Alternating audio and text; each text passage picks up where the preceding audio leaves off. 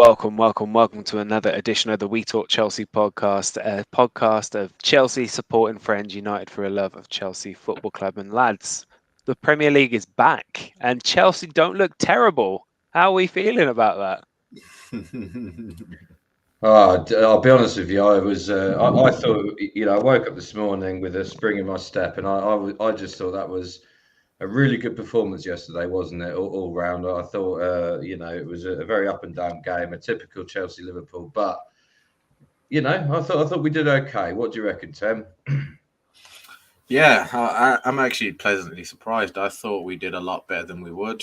I thought Chelsea looked a much better team, and we actually gave it a good go. I'm actually looking somewhat optimistic for this season. which is, completely compared to where you were at this time last week. You weren't looking particularly optimistic at all.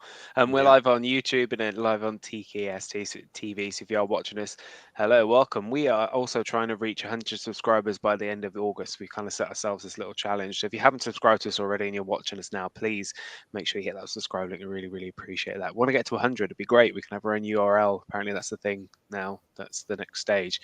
But we may as well get straight to it. We may as well go looking into Chelsea won, Liverpool won at the weekend, kicking off the Premier League season, and definitely signs of positivity from the Chelsea teams. What we're going to probably do is, if you watched the podcast last week, is we're going to bring back Kaz as well. Kaz is going to bring as our Liverpool fan, so I'm just waiting for him to turn his camera on, and I'll add him to the stream just now. There he is. Hey Kaz, how you doing? Hello, I'm all right. How are you guys? Guys, good. Not too bad. Not too bad. So it's definitely much a battle of the teams with no, midfield essentially. It was an interesting game. What we'll do is we'll go with Kaz to begin with on this one. Like from your perspective, things started out it started out very badly for Chelsea. I was worried. I think within 2 minutes, Tim sent a message to the group chat, and it's just like, oh no, it's looking like a repeating of last season. But how did you feel in the first? Definitely felt like Liverpool were a stronger team in the first 30 minutes or so. Yeah, to be honest, I agree with you. Yeah, for like 20 to 30 minutes, they played like the old Liverpool. The intensity, the quick attack. Everything just looked like, oh my God, I'm watching that Liverpool that won the season a few years back. So it looked really good, to be honest. Yeah. And it could have been all over essentially with that Mo Salah disallowed goal initially from the outset. I mean, I personally don't think it was. I don't think it was a goal. Like that could just be biased. But obviously, you're a Liverpool fan. I mean, did you think? Yep. Could you argue for it potentially being? Probably... Personally, I think it was offside. Because it looked he was offside. You're talking about the second goal that was given. Yeah, for the rule. Yeah, the ruled out goal. Oh yeah, definitely it's offside. It's the same as the Chilwell sort of situation. They were offside because their body was pretty much over in front of the defender. So yeah, it's definitely offside to me, to be honest. Yeah, I definitely wish that it probably maybe just we would have kept Timo Werner if we had that offside role coming to play a little bit sooner. But yeah, it was just very much a game of two. Well, don't want to say two halves, but if it was like American football, Liverpool won the first quarter and Chelsea won the last three quarters essentially. But let's go through it. So, Tim, we'll go across you in this scenario. You last week you thought we were going to get our pants pulled down essentially, going to end 3-1 loss. You thought Liverpool were going to dominate, but like we said in the outset, it's looking like that Chelsea could potentially be. We're on the right track. We're definitely on an upward trajectory. What do you think?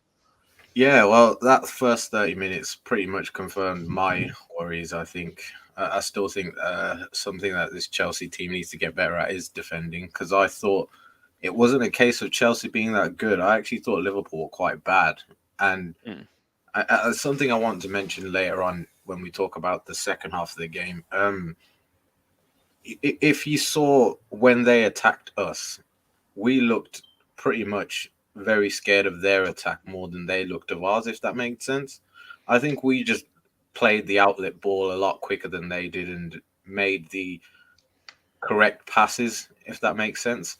Whereas I think they're still kind of in like how we are in a transition phase where they're trying to work out with their new midfield how to quickly play the ball. But having said that, we did bounce back well, and I think that VAR really did help us, because if that was 2-0 at that point, I think that game is over. I think Chelsea are dusted and Liverpool see out that game. So I will say that I felt was a big turning point for us being 1-0 down and still just keeping in the game. I thought we fought ourselves back in very well and, played really well second half. Yeah, and it's definitely something that I said in the comments is like, your lads, as soon as that goal went and went, Chelsea last season, this would be game over. This is very much the measuring stick to see how things have gone in pre-season. If we were playing Liverpool at this point last season, at any point last season, let's face it, I think we would probably have rolled over and then it would have been 3, 4, 5-0 potentially to Liverpool. But it's looking like positive signs, Charlie. How do you feel about Chelsea currently at the moment from what you've seen so far in the Premier League, 22 minutes aside or 29 minutes aside? I think it was fairly positive, wasn't it, overall? But I think, there was plenty to improve on. I mean, the first, those first 20 minutes was a complete mess, in my opinion. It really was. Yeah. It was carnage. If the line in the back three was diagonal. It wasn't even a line. It was diagonal, especially for the first goal. The second goal, I thought Colwell was getting completely. Salah had way too much space. But what I will say as a positive is that they recovered from that initial, and I don't think it was their fault. It was an unusual system. We said this before the game. It was unusual, wasn't it? Because we expected a 4 at the back and it became a 3. And you've got to remember, if you include the goalkeeper, those 3 plus the goalkeeper, 3 of them were on a debut, right? So, and one of them had never played. So you've got 2 of them had never played. So you've got to look at it in that sense. They've never played together, but it was they got it together. And I think what we found yesterday was a bit of pride, a bit of passion, a bit of pride that we didn't have last season, and that's what we were missing. And I think it was a good point. Let's put it that way. What do you think, Tom? Well, I think it was very much. The opening 30 minutes aside, but from a Chelsea perspective, was bad. It looked very much like I was watching the same team from last season, just different players. It kind of just went that way. And I thought Salah was having Colwell on toast for the first third of the game. He really was. He wasn't getting any support from Ben Chilwell. Like I said, for the benefit of the people watching, I don't think that is Ben Chilwell's fault. I think he was been told by Pochettino, look, I want you to stay as far up the pitch as possible to be that outlet pass. But the problem was when we were getting the ball, we weren't making that outlet pass quick enough. I just think Salah looked very, very dangerous, and we were very, very fortunate that he was offside for that second goal. Because I think if that second goal had gone, it would have been completely game over. I mean, Kaz, did you feel deflated with the wins taken out your sails when that second goal had gone in? Do you think that, okay, well, we're just going to keep going, or do you think, we don't have enough? Yeah, to be honest, I felt like when that goal happened and then it was disallowed, I thought Liverpool would keep the momentum, but instead it kind of went back on them, and then it kind of went towards Chelsea's way, and Chelsea sort of got like a heated feeling that, look, we got a chance now, so we're going to go for it, and about a few minutes later, Chelsea go and score and equalise. So kind of helped Chelsea out a lot more than us. I think it did deflate us a lot from that offside goal. Yeah, and I appreciate this is like the We Talk Chelsea podcast, but obviously we want to speak to people that we have on in that scenario. I mean, we want to talk about Liverpool. I think it's very much the battle of the no midfields this game. You're having, was it Macallister was playing in as a number 6 role, and then who else was in the number 6 position? We had Szoboszlai, and Macallister, and then there was Gakpo in the centre mid as well with him, which was a bit different than what I expected, obviously, for him to play in that cam role. So it was interesting. And as I was watching the game, I noticed that Liverpool do need a CDM, because, to be honest, comparing it to Enzo Fernandez, he had a quality game, man of the match, of course, and it shows that how he plays that CDM role, he picks up a lot of the mess and cleans up the Chelsea midfield. So we lacked on that part, I feel like. And I noticed also there was a lot of slow playing, like just across the field, and there wasn't too much like going for it and trying to go for the attack. So we lacked on in that side a lot of it defensively. Yep. Tim, you occasionally see things that I don't see, and then some of us don't even think of or even consider. I just want to talk about Enzo Fernandez. For me personally, it's probably one of his better games in a Chelsea shirt from what I've seen so far. Is it one of his better games, or was it because of the Liverpool midfield not quite being, they're not central midfielders? Was it simply just him being in his preferred position and, running riot? He looked like he was very much running the show. I actually am going to take a different perspective on it. I think the first 30 minutes, we didn't know how to deal with their midfield. If you saw early on, you saw Szoboszlai picking up a right wing sort of position right behind Salah. And he had the sort of task of marking Chilwell. A lot of times I saw Chilwell get forward and Szoboszlai and sort of Trent doubled up on him and, kind of pressed him. A lot of the times Chilwell did lose the ball, or Chukwuemeka around that right-hand side where they sort of squeezed them. And what Liverpool were doing really well was giving it to Szoboszlai. Szoboszlai would pass it back to Macallister in midfield. And when they did keep the ball, they would try find Salah get him like on a 1v1 against Colwell, because I think on the opposite side, they didn't really attack down that side. I felt like Reece James was pushed quite high up. Raheem Sterling was pushed quite high up. And, Robertson, I've never seen him have a quieter game against Chelsea than I did this season. I only remember him once in like the 60th or 70th minute. I saw him going forward and I was like, you know what? Wow. Like we actually contained them quite a lot in terms of on the left-hand side. So I felt like they had a lopsided attack. A lot of the time they were really trying to get the ball to Salah as much as they could. But Colwell, I think over time started reading what Salah was going to do. And then Chilwell was coming over to cover him. So was Thiago Silva. So in terms of your answer about Enzo Fernandez, I think it was more when Chelsea got rhythm of what Liverpool were doing, we were able to see the best of him, because I think with Enzo, you do need he needs a more defensive partner next to him to get the best out of his game.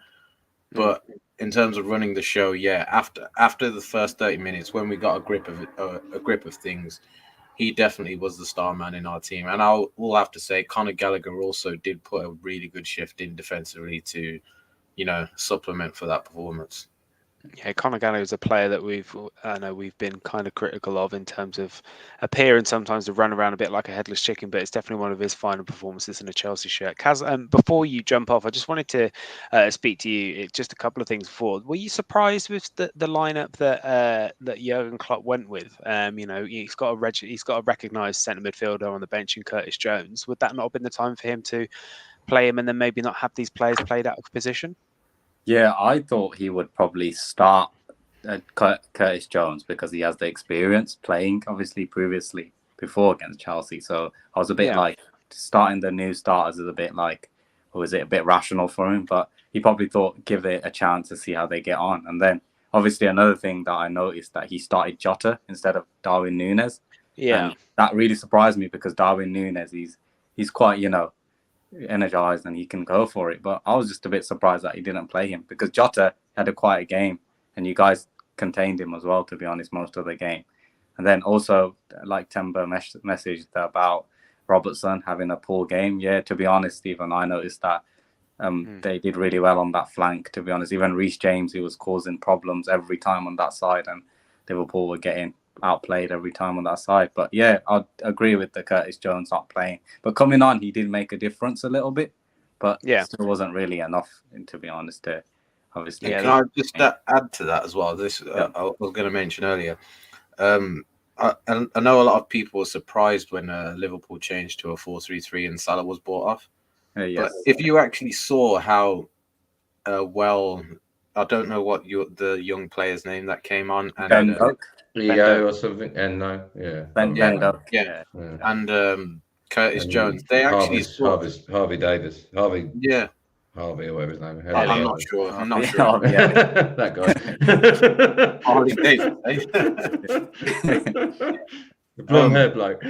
Yeah. And Núñez, to be honest, as well, when he came on, you saw the intensity of Liverpool and they sort of put a fear into Chelsea. For the last 15, 20 minutes, you saw us misplacing a lot of passes. We weren't cool and calm and collected on the ball. And it was just how well they pressed. And I think it was something that I noticed that Liverpool didn't really have with Salah and Jota. I think you gave us too much time to play out the back. As soon as the ball went to Sanchez, he had ages of time to pick out Silva, Disasi, and who. It's only in the second half. But in the first half, straight on us. In the second half, we had the whole of our half to ourselves, didn't we? And I think Klopp noticed that. He noticed the intensity had dropped majorly off, and it is something, I suppose, when you're a big player or something, you sort of conserve your energy for the big moments. And he probably thought, okay, this is Stamford Bridge. It's the 70th minute. There's players who are young, hungry, gonna come on and give us a bit of impetus to go forward. And I don't blame him, because you guys could have gone on to win that second half, that last 20 minutes.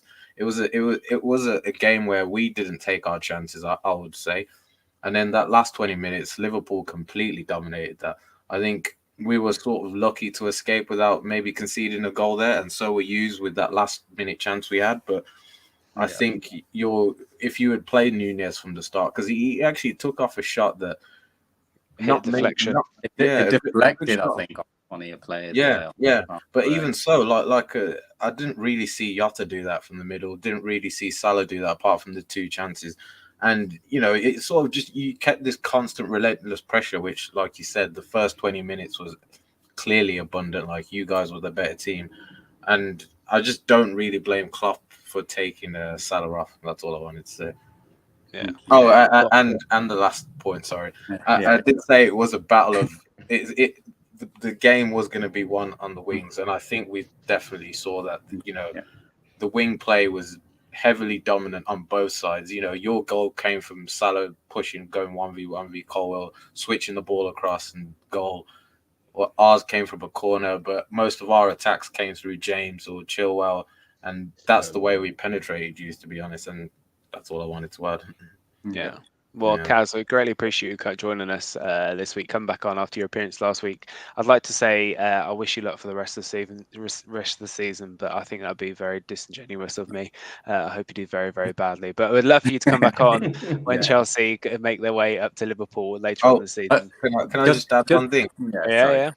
Kaz, what do you think of Lavia and Caicedo?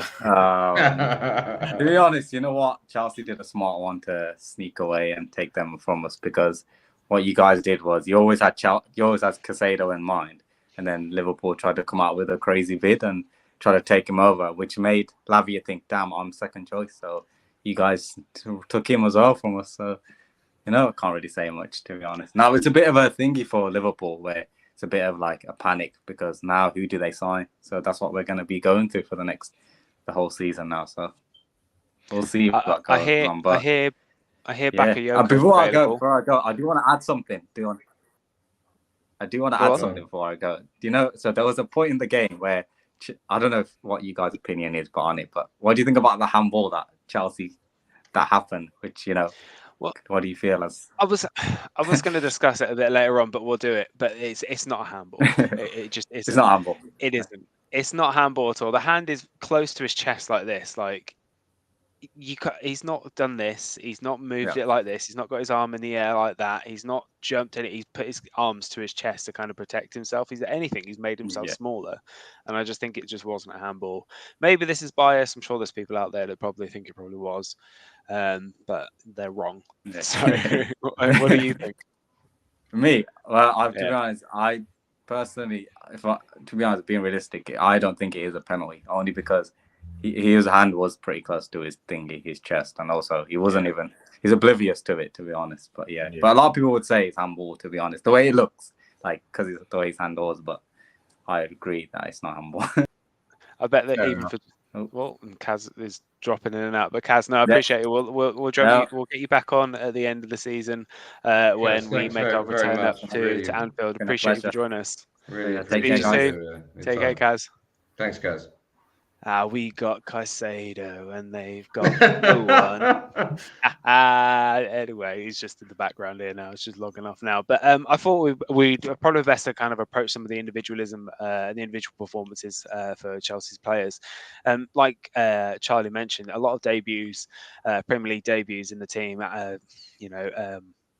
Robert Sanchez, Axel Disasi, Mali Gusto, Leslie Ugochukwu, Ian Matson, Nicolas Jackson, a lot of debuts, and there's a lot of positives to take from it. I think I want to go through kind of these like debuts, and I think we'll kind of give a little bit of an overview of what we saw. We'll start at the very top. We'll look at Robert Sanchez looking likely to be the new Chelsea number one now that Kepa has left to join Real Madrid on a season-long loan. I think I speak for all Chelsea fans, but we hope he does fantastically well.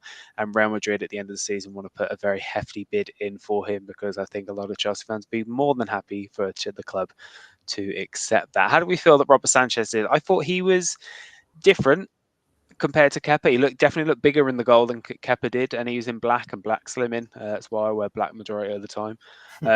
Commanded some of the crosses as well, but there was a few somewhat shaky moments in terms of errant passes. Charlie, how do you feel like Robert Sanchez performed on his debut?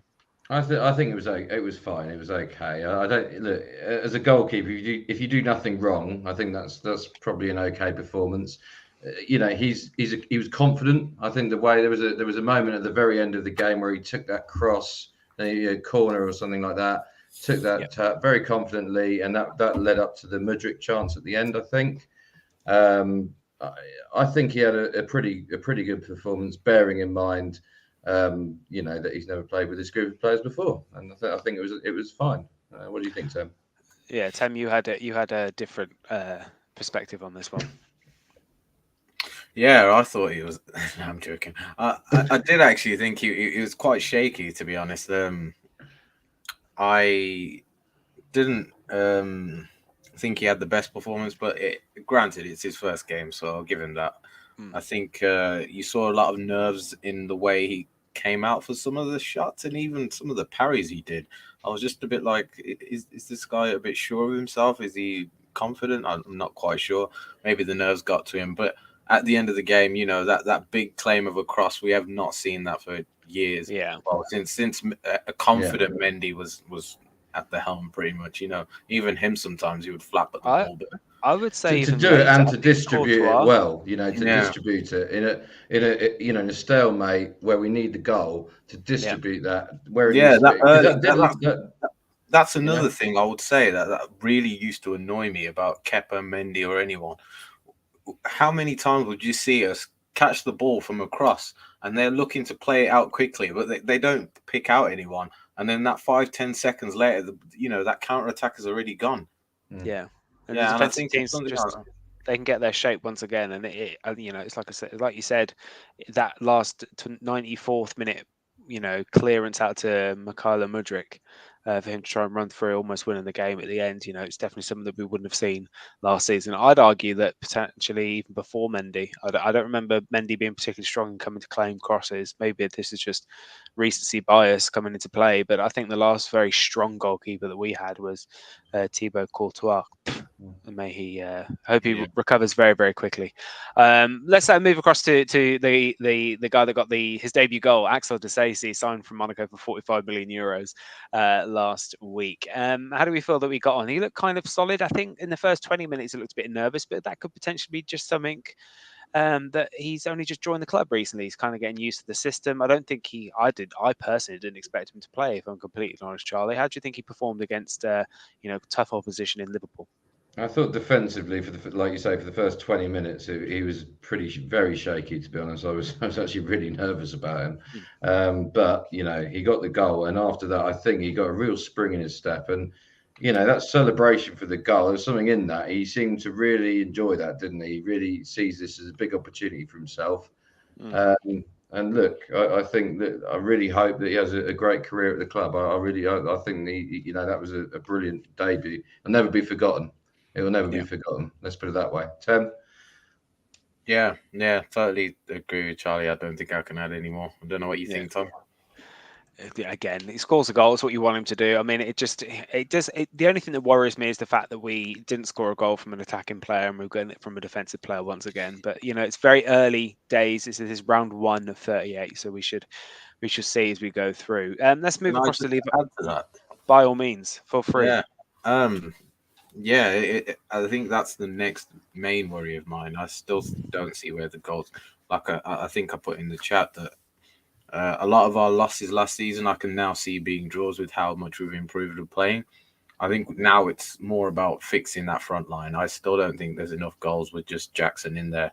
And if you looked at that bench, who really to change the game, it was really only Mudryk, I think, one of our attackers. I saw Mason Burstow, Ian Matson, but is he really an attacker? I'm not quite sure. And, you know, if, God forbid, if Jackson gets a knock for one game, where do we really go from there? Yeah, I mean, Brozier is currently in returning back to fitness as well. He's training with the first team. He's not doing his rehab. He's getting match fit currently as we speak. So hopefully Armando Brozier can be that man to kind of fill that gap should we need to. We'll move across to some of the other debuts in defence. Levi Colwill, obviously heavily touted to join Brighton. Obviously signed a new 7-year deal with Chelsea. Yeah. I think we can all agree, you know, Salah had him on toast for the first 30 minutes. You know, not the best starts, but I think he grew into the game. I think he became more confident and assured. A few tackles, and we're seeing some of the distribution that he was that he exhibited for the under-21s in the Euros in the summer. He's looking like he could potentially be a mainstay for the backline for Chelsea for at least a few years, despite the early shaky start. Do you think, Tam? Yeah, well, I don't know. I don't know how to quite answer that, to be honest. Well, try. It's a podcast. You got no choice. What do you mean in terms of like his performance? Do you think he's good? Do you feel he grew into the game? Definitely, he struggled with Salah. Let's face it, he struggled with Salah without the support on the left side of Ben Chilwell, which is probably a Pochettino thing. Pochettino probably should have said, you know what, Ben, just sit back a little bit for us for just the first bit. Yeah, just help that boy out, just help him settle his nerves, and then help him grow into the game. But I think it definitely like a slow start for him. Yeah, and I found it interesting that Pochettino made a comment saying that we were meant to start as a back four originally, and Chilwell was supposed to be an auxiliary, like sort of left winger. Yeah. So that was a bit strange from my perspective. It definitely looked like a solid back three and, you know, 2 wing backs. So I'm not sure if the advice for Chilwell was to stay very high up and leave Colwill 1v1 v Salah, because I still think that was very dangerous, especially with Colwill only being 18, 19 years old and not too much Premier League experience. You know, he's up against one of the very world's best. But yeah, over time in the game, he did grow into it, and that's one thing you can't discount Colwill on his passing ability. I think I'm yet to see more of his defensive side of the game. But in terms of on the ball, I think he's probably one of our best players on the ball. You know, he can pick out a pass, play it out in tight spaces, and take the ball down from, you know, good range, and he can play a long ball if needs be as well. So he's very composed in that sense. As the game grew on, I think Salah went more quiet. I'm not sure if that was down to Colwill exactly, but in terms of what he was tasked to do, I think he did all right. Yeah. But yeah, I didn't really see Salah go too many times versus Colwill. It was just that first 20 minutes, I'd say. Charlie, I appreciate it's probably, you know, it's early days, you know, 90 however many minutes into his career. You know, he's taken the number 26 shirt, famously worn by Kalidou Koulibaly for Chelsea. Do you think, have you seen a little sparkle that might potentially, you know, bring some glory back to that number? I'll be honest, I haven't seen enough of him yet. But from what I've seen so far, he looks like Tem says, very good on the ball. Defensively, he's got a mistake in him at the moment. But I think he reminds me of Wes Fofana. I think that those two can make a really nice partnership in years to come. So let's see how it goes. It's very early to say, isn't it, at the moment? So that's my take on it. Yeah, I think one of the things we might see him do is he becomes more defensively assured. This is, again, just my opinion. I think he could potentially take up the role that Thiago Silva currently has at the moment in terms of the middle of the three, helping to bring Barry Chile on the left side. That's probably my opinion. It's probably wrong, but we shall see when Thiago Silva, no doubt, probably leaves at the end of the season. You know, we can talk about other people. Let's talk about the not so good. Obviously, the one thing from last season we definitely needed was cover for Reece James. You know, Reece James' fitness issues last season, you know, well documented. You know, troubles with his hamstring, troubles with all areas of his legs, let's face it. So we need to cover. Malo Gusto was a smart signing, signed from Lyon in January last season, and he came on and he looked very, very good in pre-season. And you mentioned Tem, he's defensively he's very, very solid, and we saw more attacks going down that left side, and we needed to shore up. James fortunately went off. We needed somebody to take over that mantelpiece from James, so we can get the rest and not, run himself stupid, and really protect him. But it wasn't the best of starts for him, was it? Let's face it. No, I think he was trying almost too hard to impress. I think in preseason he did all the very simple things very, very well, and he quite actually did very well going forward as well.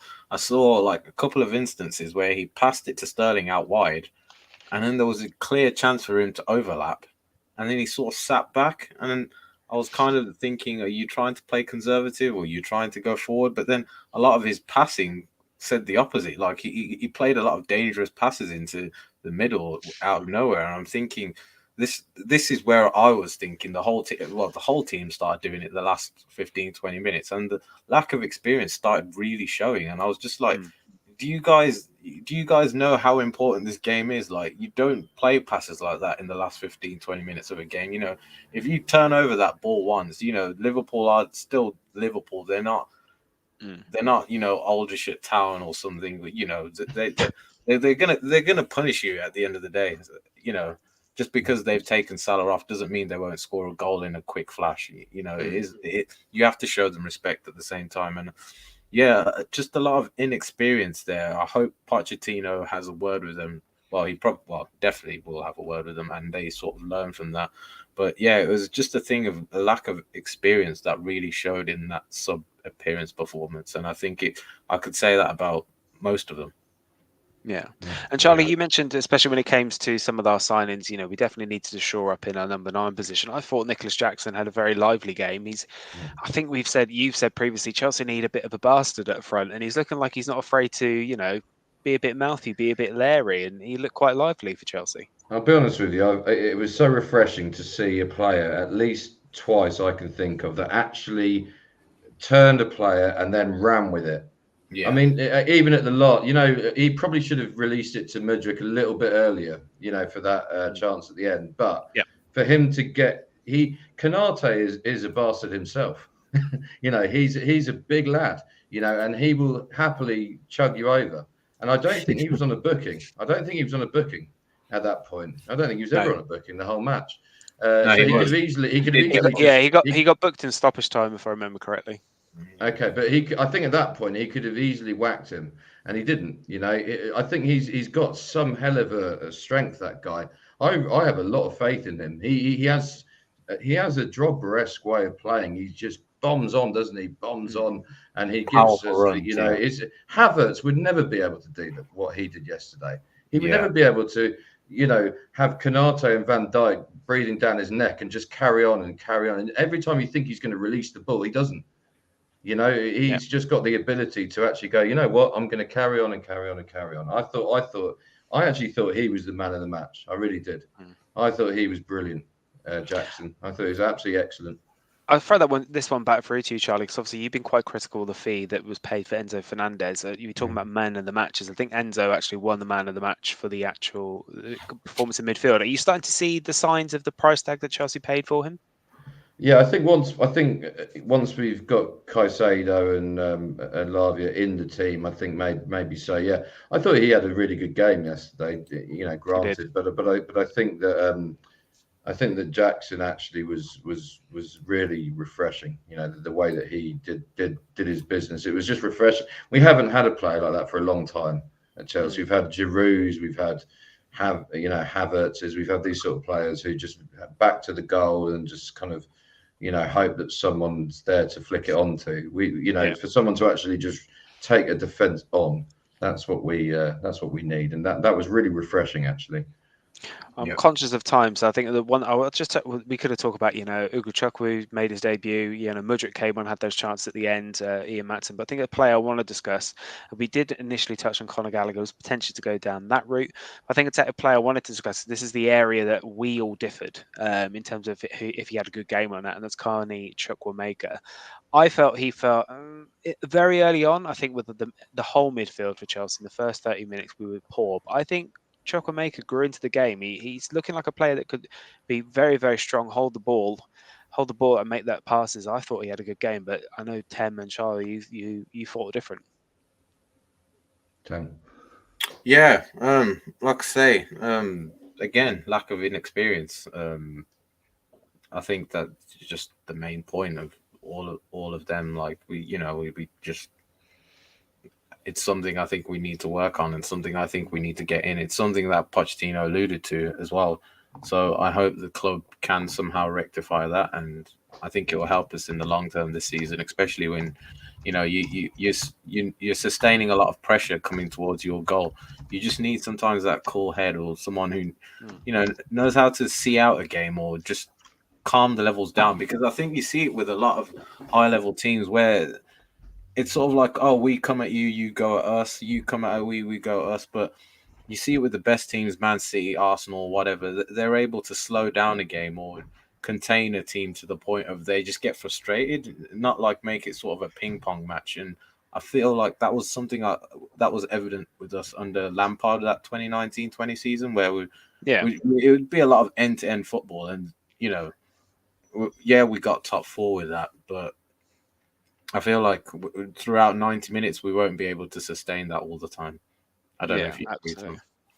Yeah, I mean, I think it's just an area that I feel that we're really lacking is experience. Yes, we got rid of a load of players that are probably grossly overpaid and underperformed, but we do need that air of experience. And whilst we are bringing in, Caicedo and Romeo, Lavia, looking like we might bring him in as well, I think we need that area in midfield, somebody that can be that person to kind of show the players how to do it. And Sterling, I think, had one of his better games in a Chelsea shirt. Not quite back to the Sterling we all know and he's capable of, but he's potentially going to be that person that's going to help direct the areas over there. But it's very, very interesting. Charlie's had to drop off a little bit, so I've just removed him from the stream just for continuity, and then we'll bring him back in just a second. But I think the key thing we need to move across here now is to the new signings in the midfield. Yay! It's finally done after weeks upon weeks upon weeks of back and forth. Is it going to happen? Is it going to happen? Isn't it going to happen? Then Liverpool come in, and then the price drives up, and we. Initially Brighton only wanted 100 million, and then we offered 80, and then Liverpool come in and offer 111, and then we go, okay, here's 115. We'll get him signed. But Moises Caicedo has rejected Liverpool's late approach, saying it has only been Chelsea for him, and he signs for 100 million with the fee that could rise potentially to 115 million pounds. Charlie, I know you've just rejoined us, but Moises Caicedo finally done. You were quite passionate that we needed somebody, and we needed Caicedo to be joined by Sunday. I didn't think it was going to happen. You and I had a friendly wager of £5 that he wasn't going to be in the starting lineup, and I'd like to say Charlie did pay up that £5 and donated it to a food bank on my behalf. So Charlie, how pleased at you that we finally got that across the line? Well, I think we had to, didn't we, all along? It showed on Sunday yesterday that we needed at least one or two midfielders on top of Enzo. So it's good that we finally got that over the line, and we can just push on. And I think we've now got a team, if you like. It seems like we've got a team. What do you think, Tom? I think I think a key thing for this signing for Moises Caicedo is it's going to bring value to Enzo Fernandez. And I think we're going to get the best out of Enzo Fernandez, having somebody that's going to sit in that position. He is going to play that. I think I discussed it on the podcast a few weeks ago, probably over a month or so ago now. But in the 4-2-3-1, the way that Pochettino likes to line up his players, he generally will have like a holding midfielder sit and be a de facto centre-back. So it'll allow for Reece James to bomb forward. It'll allow for Ben Chilwell to bomb forward as well, and have us sit back in a 3 for a 4-2-3-1. And having that Caicedo type player that's going to mop up balls, going to stop that, clear the channels and stop those passes into those passing lanes, he's going to be such a pivotal role to help bring the best out of Enzo Fernandez. And I think we're going to see something potentially very, very special. And it's this could be our midfield for the next 6, 7, 8 years, performing at a high level, and they're only going to get better. So I'm interested to see how they perform. I'd be curious to think, Tem, do you think Caicedo's going to go straight into the team for West Ham on Sunday? Yeah, I do. I think he'll start alongside Enzo. I'm not sure about Gallagher. It'll be interesting to see what happens with him, actually, because the rumour is that Chelsea are potentially looking at either selling or loaning a player. So it depends who that could be. Could it be Ugochukwu, or is it going to be Gallagher potentially going to West Ham? Because I think they were very interested in signing him for about 40, 50 million or whatever it was quoted. I'm not exactly sure.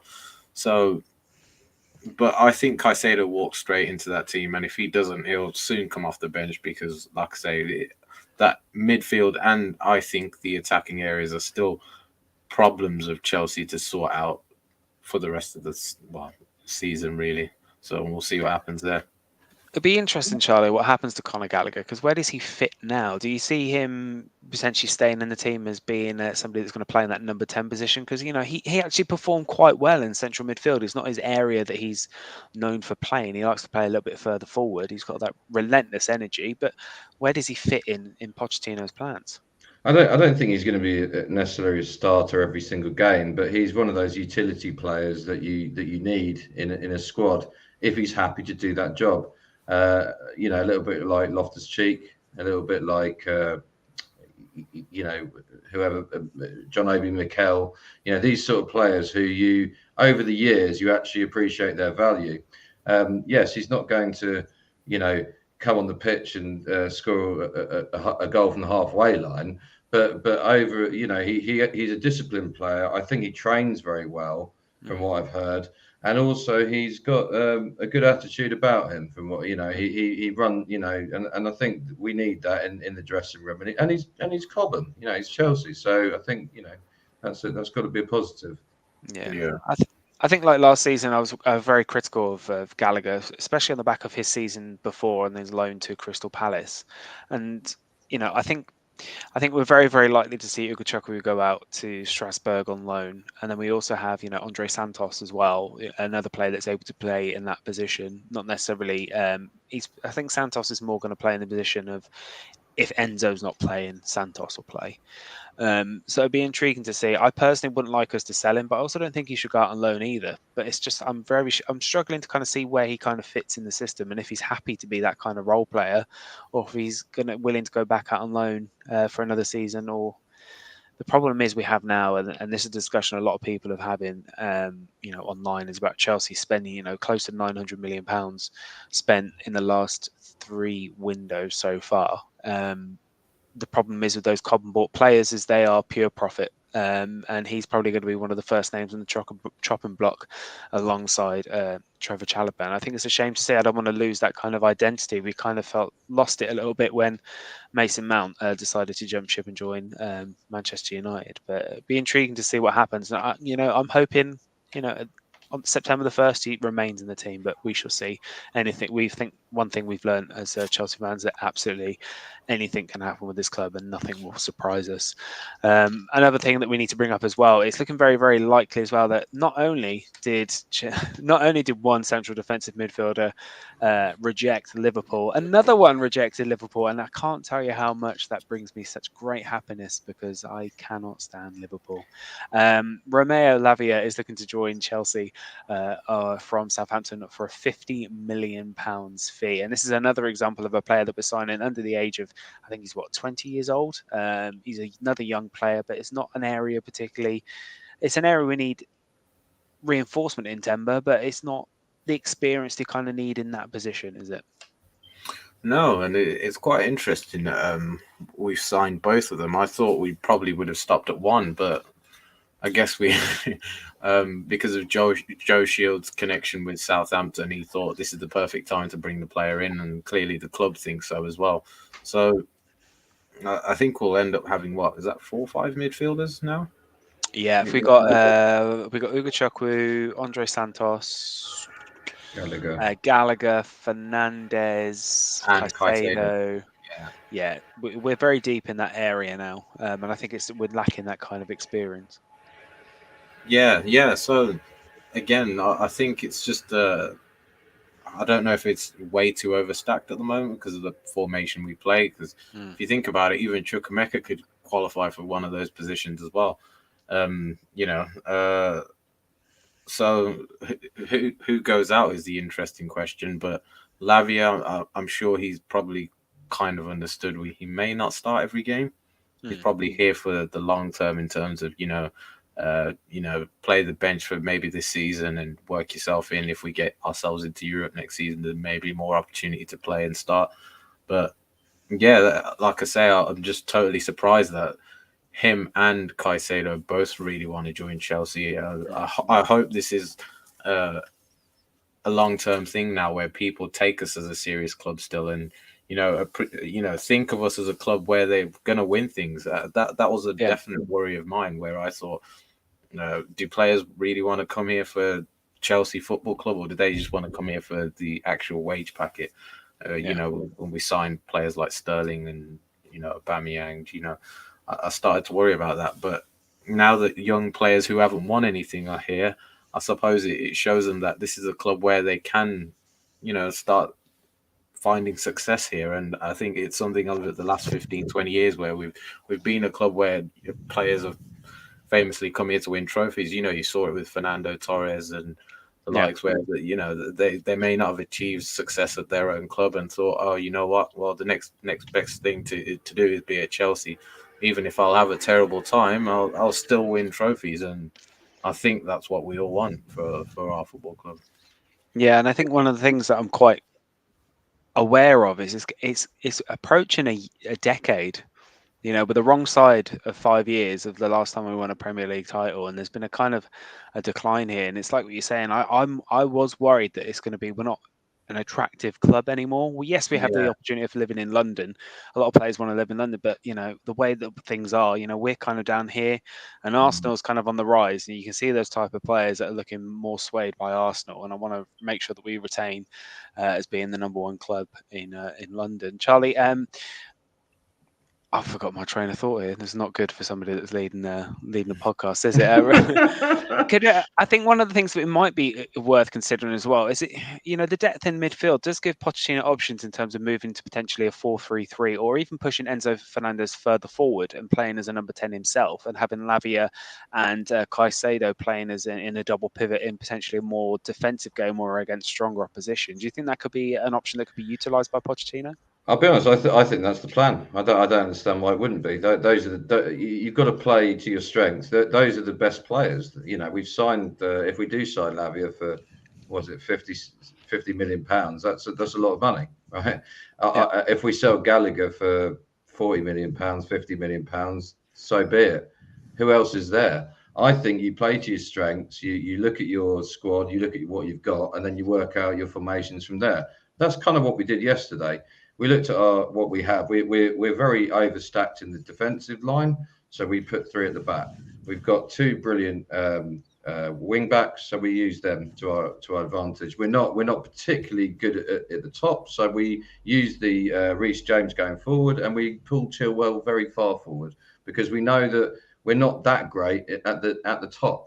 Do you understand? So that's going to have to be the avenue, and it was the avenue in the end. Okay, and I think that's obviously the weakness. That's the reason why we were forced to kind of do that, is because the weakness is clearly in the middle. So now that we've got the middle, it plays into our hands. We can kind of do what we want now. We can do 3 at the back, we can do 4 at the back, we can do 5 at the back, and do whatever we want. Okay, but I think they're both starters. I really do. I think it'll be two of them and 1, and then obviously if 1 gets injured, we've got the option of 1 and 2. That's definitely something that we lacked last year with that strength and depth. That period in January when we had a lot of injuries, we were really struggling to get a side out that's pretty competent. And that was evident. I did have a little bit of look at the list for what we got in terms of the first team squad at the moment, and we're still looking quite big, in terms of bloated. And we're with the income of Romeo Lavia coming in, we're back up to like 28 players. It's quite a lot, and I am including, the third choice goalkeepers like Lucas Bergstrom and Eddie Beach as well in that list. And I appreciate they're probably not likely to stay, potentially going to go back on loan, play some more games in the under-21s. Who realistically do you think is probably going to be leaving the club before the end of the window? I'm not including players like Malang Sarr. I'm not including Hudson-Odoi. I've not included Lukaku. I've not included Ziyech in that list. It's pretty much a given that these players are going anyway. They're not going to be utilised this year. But who do you think is probably going to get on the chopping block 10? It's probably going to go up, potentially, being sold or going to go out on loan. So, having a quick look at the squad, I think it will be Ugochukwu will be sent out on loan. Mm-hmm. I also think Conor Gallagher may be sold. And possibly Armando Broja could be sent out on loan as well. And I'm not sure if Diego Moreira counts as a first team player because I've seen that he's an under-21 player. Yeah. So it'll be interesting to see about the rest because is Chalobah still on the books? Yeah, he is. Yeah, still currently.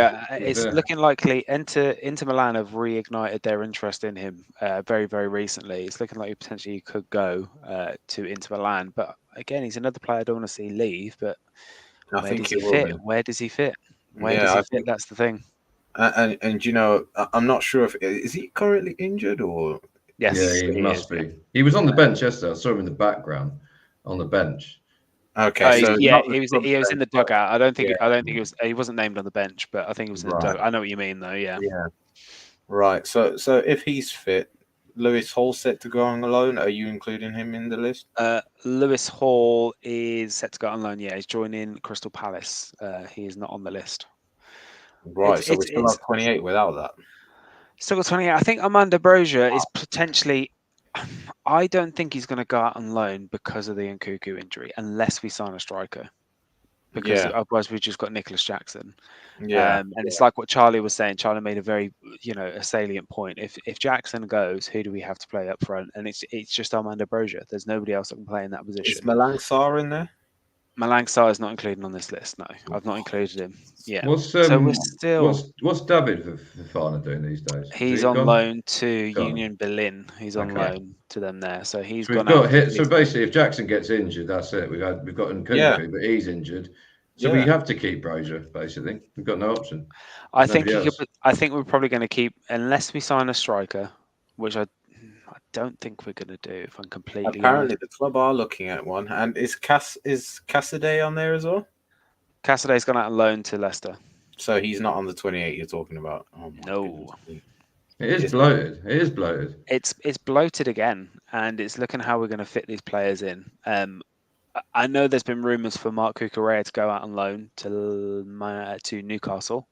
If they come in for him, I think I will gladly accept that because I think he needs some confidence elsewhere because we've got Ian Maitson to be able to play in that position. Temmy's shaking your head. Did you think we could have got Chilwell? Yeah, I was thinking you can't, and it was something Gary Neville said. It was like something I said last season myself, but it's something like you can't rely on Reece James and Chilwell all season. No, sorry, but you just can't. So it's important to have good backup for him, and I think we did do that well with bringing in Gusto and obviously Ian Maatsen, who I completely forgot was the left back because he hasn't been playing left back since he's been back at Chelsea. So it'll be interesting to see if he gets a chance at left back, but clearly it doesn't look like he's being viewed as a left back at the moment. So the next best option really is it Cucurella, or are we going to play Cowell or maybe Badiashile at left back? Who knows? I can't see. I think it's going to be Maitson. I think it will. I can't see him going out on loan this season. I think from what we saw in pre-season, because he's got the ability to play a left wing back, he can play as a left winger, he can play as a right winger. I think he's going to be kept to kind of cover that depth in that region. As sad as it makes me, I think Trevor Chalobah, and I think you're right, it's Trevor and Connor. They're the next ones that's probably on the chopping block. There's no other area really other than Mike Cucurella going on loan. We're not going to get much of a fee for him. It's bizarre. I'm not too sure what's going to happen. Charlie, I want to ask you a question as well. Obviously, we've got Robert Sanchez now.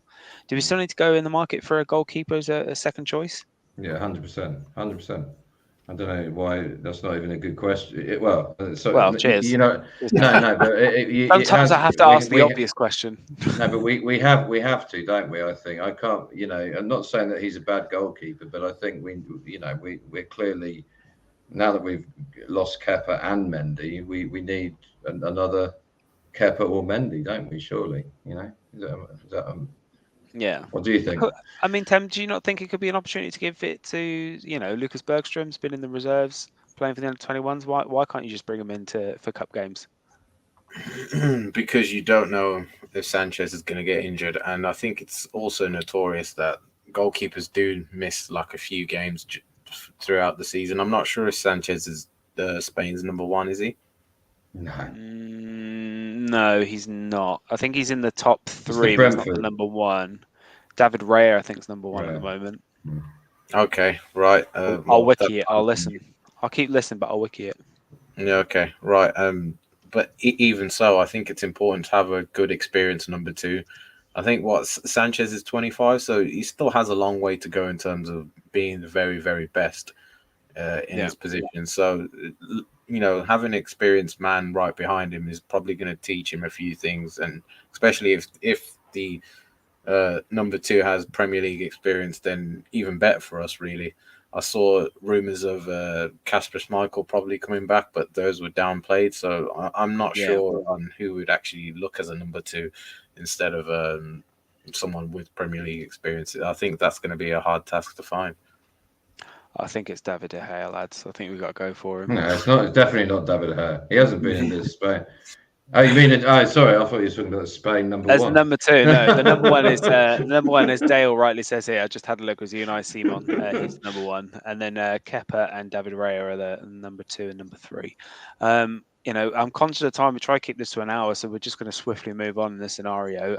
We're going to look forward to, is it Saturday or Sunday we're playing? I can't remember. Sunday, 4 p.m. again, same time. Chelsea go to West Ham last season. I can't remember what happened. Was that the season that Mount scored a really good goal? No, Felix scored. Oh, Felix scored, didn't he? Yeah. Yeah, João Felix scored, and then Cucurella had a howler for the second, I think, if I remember rightly. I can't remember, but I'm feeling positive about this game. West Ham, they haven't invested other than they've brought in a player that Chelsea would link to Edson Alvarez, who may potentially start. But we're also going to have Moises Caicedo as well. So, how are you feeling going into this game, Tem? Do you think it's possible that this is an opportunity for Chelsea to start the momentum, get the first 3 points of the season? Yeah, I was just on the side point. I was very surprised to see them name Zuma as captain. Odd choice as that one. I never saw him as captain material, but I think we are going into that game as favourites. However, last few years, I think West Ham have definitely been our bogey team. We've definitely not played well against them. We shouldn't have got 3 points against them. Was it last season or the season before? Yeah, that was the game we played at home when it was was it Havertz? And it was definitely, it wasn't a penalty. I remember being adamant that it was a penalty, like in the moment, and then when I calmed down 3 hours later, I was like, oh no, it definitely isn't a penalty. Yeah. And I think Jared Bowen always danger man against us. He definitely causes us problems. I'd look out for Cresswell and some Thomas Souček and Paqueta. I think they've got a decent team. However, I think we often play down to West Ham's level when we play against them. We don't really assert our dominance when we're playing West Ham. So that's something I definitely want to see. I want to see us, really pin them back and score the first goal this time to force them to come out. Because a lot of the time, I think they usually get the first goal on us, and then we're sort of scrambling to try and get that goal, and we really play into their game that way. So I think to make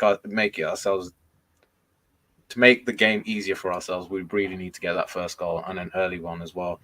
So, yeah, I'm looking forward to it, but I want to see how it plays out. Yeah, it'd be interesting to see how it goes. Charlie, how are you feeling about approaching the game on Sunday? Again, I think with any Chelsea game this season, I'm looking forward. I'm seeing every game as a clean sheet and an opportunity for us to kick on. How are you feeling about it? What do you think the final score is going to be?